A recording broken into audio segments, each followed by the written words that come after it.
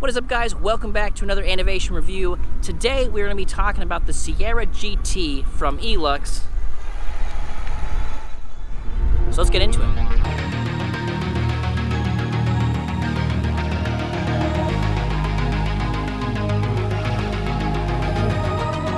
Now, before we jump into the review section, talk about the bike, I do want to spend a minute and talk about ELUX as a company. If you've watched some of our other ELUX reviews, this is going to be repetitive because you already heard that. It's in all the other reviews. But if this is the only one you're going to watch, because this is the only bike you're interested in, I do want to touch about them as a company. So first and foremost, they do have a 5-year warranty, which right now the industry standard is probably about 2. So the fact that they have a warranty that's 2.5 times longer than anyone else, you know, it shows that they stand behind their product and they've got good quality stuff. So I think that that is definitely a huge plus if you're thinking about going the ELUX route. They do have very good components as far as they're easy to find aftermarket stuff. If something, you know, breaks and chips, even if it's after that 5-year warranty, it's gonna be very easy for you to replace any of those things on this product, which is, again, just another positive thing when you're looking at investing, you know, this amount of money into an e-bike platform. So those are some of the highlights. I think the other maybe cool fact, if we're gonna do like a cool fact thing about ELUX, they were the original fat tire beach cruiser bike. They were the first people to do that, which is interesting. Now there's a couple other people that are doing something very similar. You know, I would say that there's probably 7 to 8 companies I can think of off the top of my head that have one, but the original, the OG, was ELUX. And why is that a positive thing? Well, it means that they have had more time to engineer their bikes. They've been doing that fat tire beach cruiser thing for a long time. Now this, obviously it's not a fat tire beach cruiser bike, but it does mean they've been in the game for a while and they have had really quite a lot of time to iterate on the products and make them better. So that is one of the cool facts about ELUX. And guys, before we drown on and run into the street here, let's get into the review.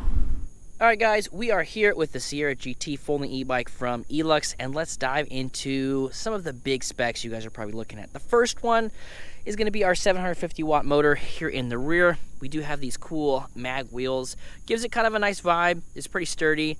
And this motor we have here, it is a 750 watt motor, peaks at around 1100 watts. So definitely enough power to make it up hills, carry you around. It's all in all, it's pretty nice. Now, we do have these 20 by 4 inch wheels.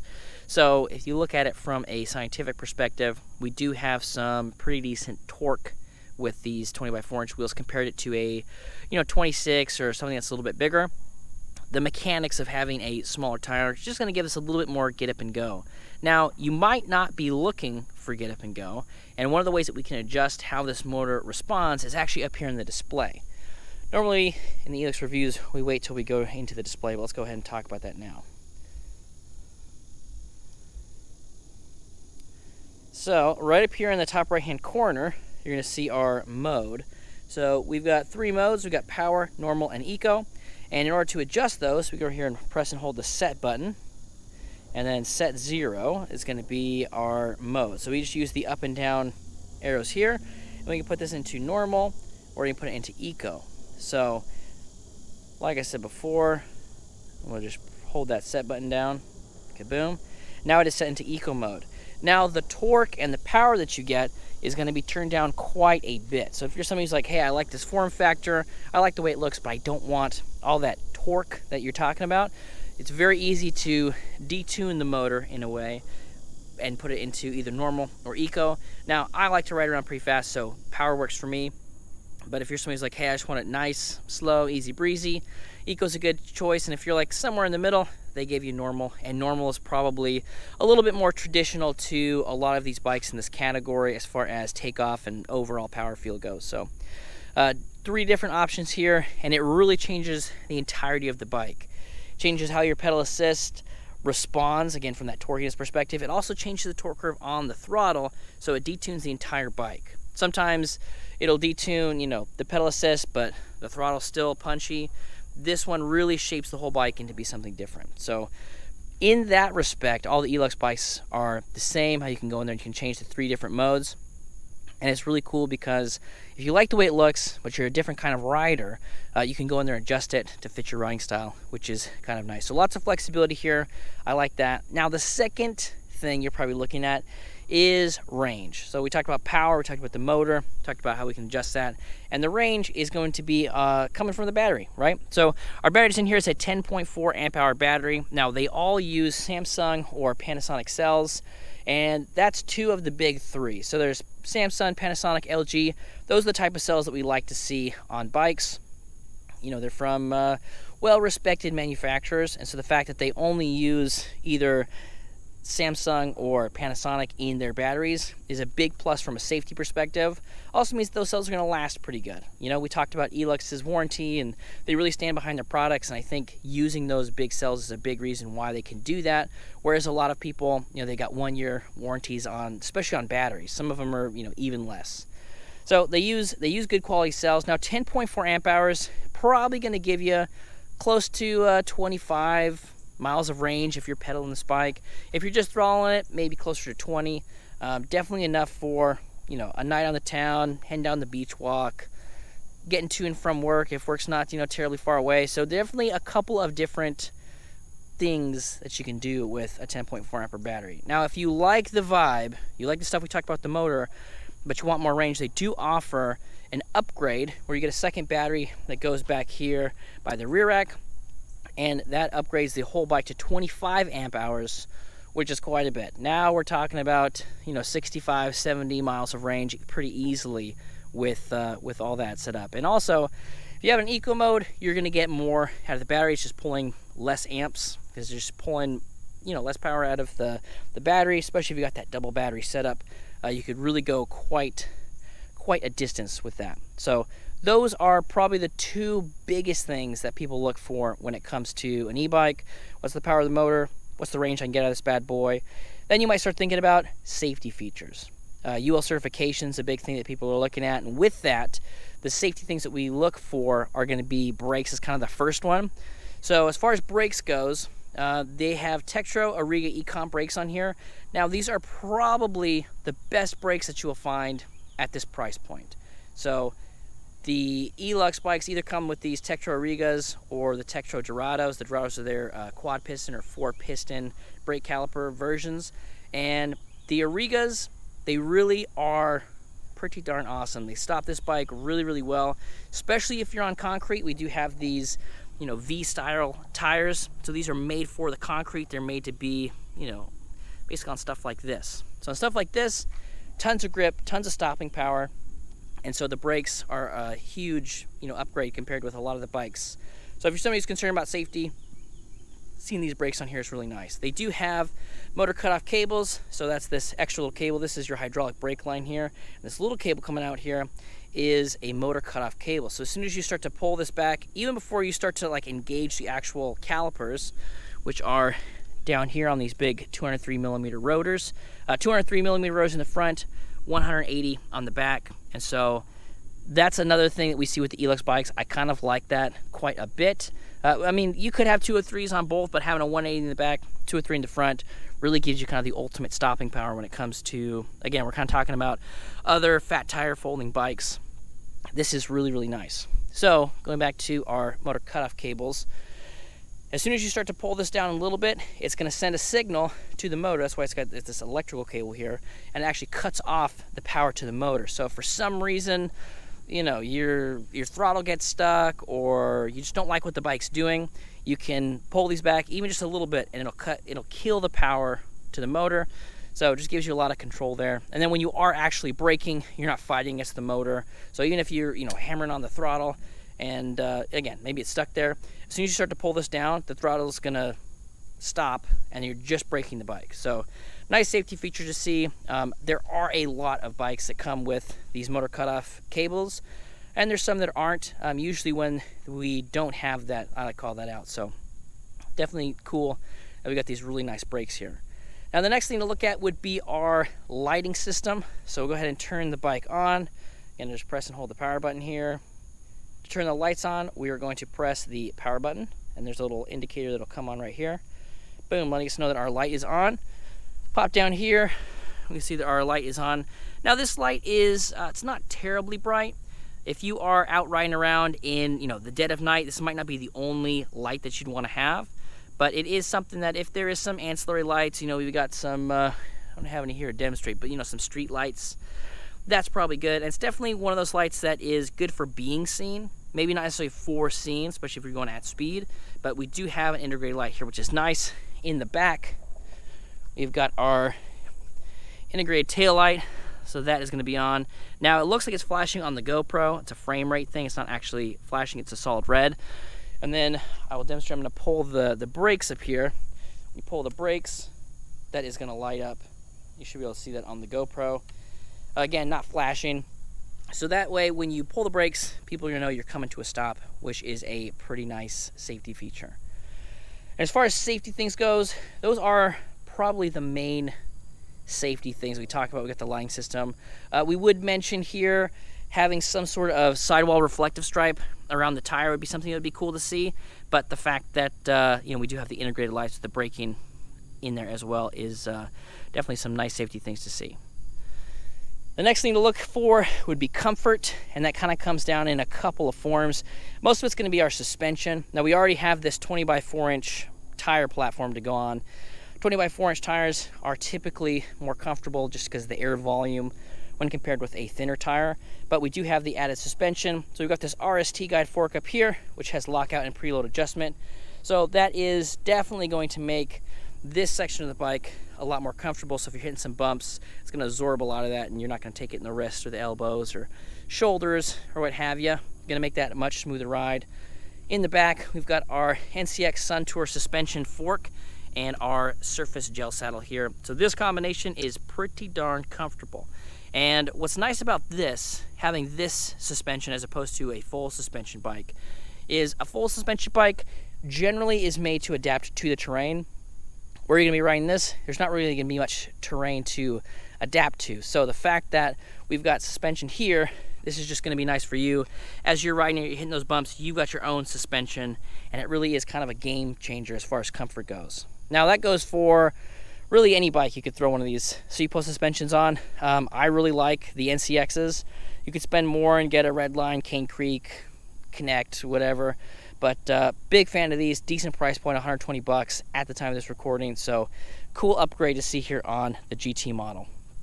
So comfort wise, it's a very comfortable bike, and pretty much all the touch points here, from the saddle, which is, you know, maybe your main touch point, to the grips. We've got these rubber ergonomic double locking grips, which is nice. Still a lot of bikes coming out with non-locking grips, which I don't understand, because, you know, especially, you know, we're here in Texas, a little overcast. This is post Hurricane Beryl, for those of you who pay attention to the news. And in Texas, a lot of these rubber grips, especially the ones that don't lock, they get really twisty. And this is your main point of control on the bike. You know, it's pretty self-explanatory. And they gave us two locking mechanisms here. So we got a locking mechanism here, locking mechanism here. These grips don't move at all. So super nice to see that, you know, that's a safety thing for us. Next thing to look at is going to be our drivetrain. Up here, we have got our 8-speed Sun Race. And I was talking with JP, who's the CEO of the company, and he said there is going to be a batch that has these Sun Races on it, and usually they use the Shimano Rapid Fire shifters. So that was just a logistics thing, little post-COVID, running out of parts, and they thought this was comparable, put it on there. Now, I've used this one. It's on a couple of the ELUXs we've tested so far. Really no real complaints about it. Maybe the only thing I would say is the thumb pads here, a little bit looser than the Shimano Rapid Fire trigger shifters, but not by much. Functions really well, shifts well, so really no complaints other than that kind of minor tweak of these are just a little bit, there's just a little bit more play in there than on the Shimanos. In the back, that is connected to our Shimano Altus derailleur. Now, the Shimano Altus is a pretty decent upgrade versus the Tourney. Now, some of the other GT models, they've got a, it's more of a refined looking, kind of like this gunmetal gray Shimano Altus, and that one I like a lot. Now, this one still functions pretty much the same, just looks a little bit more like the lower end Altus, but again, functions really well, no real complaints there. Large enough chainring in the front so we don't get any ghost pedaling. If somebody who's, you know, watching reviews, you're going to see people talk about like the top speed when they get to ghost pedaling. Not really a whole lot of that here, and we'll get to that when we get to the ride test. But honestly, it seems like it's a pretty well put together bike. A couple of other things that, we can note. They do have a carrying handle here, which is nice for when you're folding it up. We have got, again, the color matched fenders, which for, the vibe of the bike makes a lot of sense. One last thing, this is kind of a special thing to these bikes. I was looking at this metal plate sticking out here, and I was like, what is this for? I had no idea what this was for. And then talking with JP, doing some research, it's actually a built-in water bottle cage. So you can slide a water bottle back here, it goes back between here, and then it rests right here. So that's a very interesting, unique thing about the Sierra GTs, is they have that little built-in water bottle holder here in the back. So you want to carry some extra water with you. If you don't have a stem caddy or something like that up here, it is cool that you can do that there. Last thing to do is walk through the display. We got our throttle on this side, little bell that comes with it. Just kind of covering all the bases there. So turning it on, the display is going to show us a couple things. So we've got our BMS up here, so we're at 45.8 volts, 2 out of 5 bars, if you can see that on there. And then over here is our modes. We talked about that, power, normal, eco. That'll show us our miles per hour, our level of pedal assist, which we changed with the plus and minuses here, so we can go up to 5 and then back down to 1 or 0. And then we can use that set, if we just press it, to cycle through our time, odometer, trip 1, trip 2. And easy to see with sunglasses on. So I've got my sunglasses on right now, as you can see. And I can see the screen really, really well. If you guys are doing some research on e-bikes, you'll know that that'll be a complaint from some of the bikes. I don't want to name names, but there are some companies out there that didn't really think that through with their displays. The display looks nice without sunglasses. As soon as you put the sunglasses on, you can't see anything. So that's kind of a safety thing. And so being able to see all of your readouts here with sunglasses on or any other riding glasses is definitely a huge, huge plus. And guys, I think that's going to cover it for the specs on the Sierra GT, and now it is time for us to head outside for the ride test. All right, guys, we are out here for the ride test on the Sierra GT, and we've got it in power mode currently. We'll ride it for a little bit. We'll put in eco, and I'll show you the differences. So in pedal assist level 0, our throttle's still going to work, so let's go ahead and see what our takeoff is like.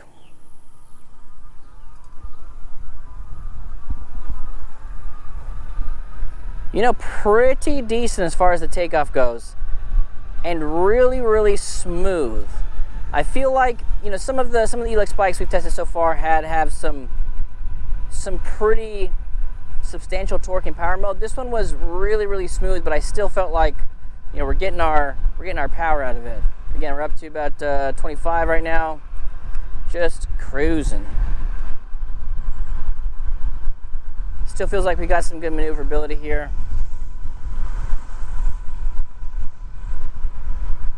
Go ahead and do a brake test in 3, 2, 1. Oh yeah. You lock with those tires super, super easy. These are Riga brakes.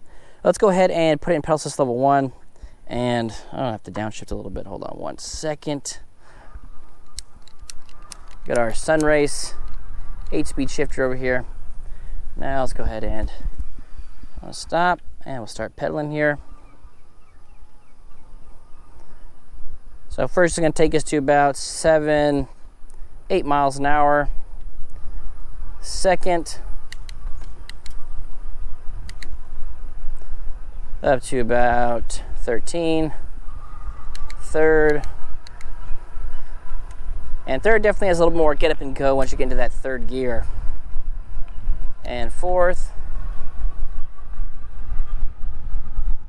so fourth is nice, gonna sit about 21, and then fifth should get us up to that 26, 27 mile an hour mark here. We got some water. Now we do have a full set of fenders, but as usual when I go through the spot, I gotta clean them up, so trying to keep that to a minimum here. Now we're doing our takeoff, getting back up. Now as far as any ghost pedaling or anything, it doesn't seem to be too much really. This is a decent pace to go for going 25. Now again, it's cadence, so we could go super slow. We're still getting that 26 miles an hour or so. But even if you're trying to keep up with it, you're trying to put some work into it, not a bad cadence, right around that 25, 26 mile an hour mark here. Now let's go ahead and come to a nice controlled stop. And we're gonna put it in eco mode, so let's press and hold the set button here. Now set 0 is gonna be how we can change this. So we're gonna go down into normal, and to eco, press and hold set again. And now let's see what our takeoff looks like on our throttle here. Super chill.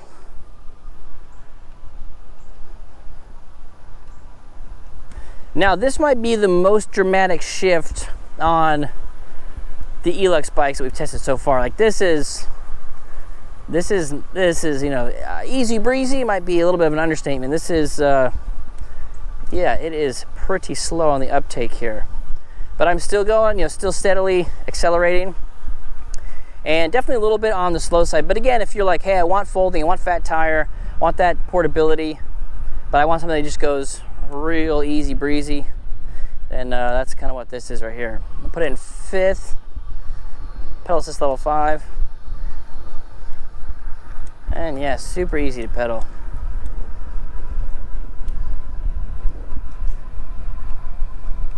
Yes, very, I mean, it is quite slow, but it's still going. I mean, it's still just slowly increasing that top speed.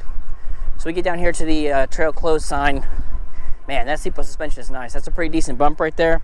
And yeah, I didn't feel that at all.